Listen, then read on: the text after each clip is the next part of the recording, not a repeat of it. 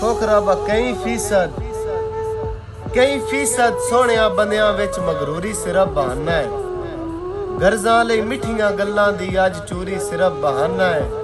जे दिल ना सांदल दूर होवन वत दूरी सिर्फ बहाना है। ओ बंदे बदल के राह बदला लैंदे न मजबूरी सिर्फ बहाना है।